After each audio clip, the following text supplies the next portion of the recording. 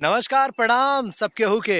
जितना भी हमार भोजपुरिया श्रोता समाज के लोग बा, सब केहू के प्रणाम बा। आ, आज रुआ लोग से बात करे खातिर ऐसे हम वीडियो ही बनावत तनी कि आज ही फैन भोजपुरिया चैनल पे आए वाला ही वीडियो बा हमार। रुआ लोग के एगो बात बेसिक पता होई कि भोजपुरी इंडस्ट्री में बहुत सारा लोग सिंगर बाजल मार्केट में बजला के बाद ओकरा बाद उ लोग कुछ दिन के बाद दिखाई ना देहल। बहुत सारा गाना उनका लोग के बहुत सारा लोग ही बोलेला कि यार गुड्डू रंगीला जी गाना छोड़ देले बड़े ना। जे अनसिंसियर लोग बा जिनका लोग के थोड़ा नइखे समझ में आवत, ई नइखे कहत कि भाई वो लोग गाना ना सुनेला। उ सुनेला लोग। उ लोग उनका सुनेला जेकर बखान होला, जैसे जेकर बहुत ज्यादा बोलबाला होला, जेकर बहुत ज्यादा आ, नाम बावे, जैसे पवन भैया, खेसारी जी। इनका लोग के नाम बा तो इनका लोग के लोग ढेर बड़ाई करत रहेला, कंट्रोवर्सी चलत रहेला तो लोग इनका के सुनेला। ठीक बा।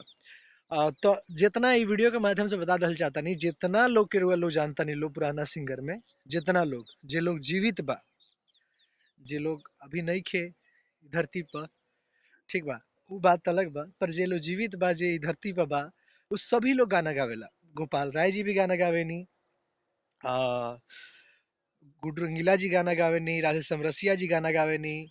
ऐसन केहू नहीं खे पुराना सिंगर। यहाँ तक कि शारदा सिन्हा जी भी गाना गावेनी। वहाँ के ऑफिशियल पेज पे जाई, इन सब केहू लोग के ऑफिशियल पेज बा।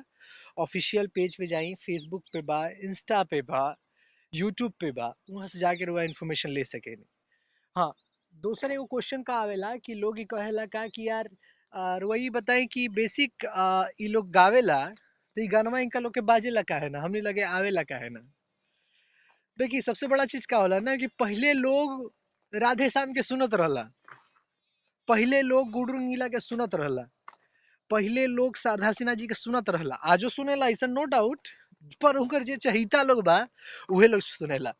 पर जब से डिजिटल दौर आयल तो हमरा ऐसा कुछ लोग आके खेसारी हवन बड़, पवन हवन बड़, हैसन हवन बड़, हई हवन बड़, होंगन हवन बड़, तो इहे चलत रहता।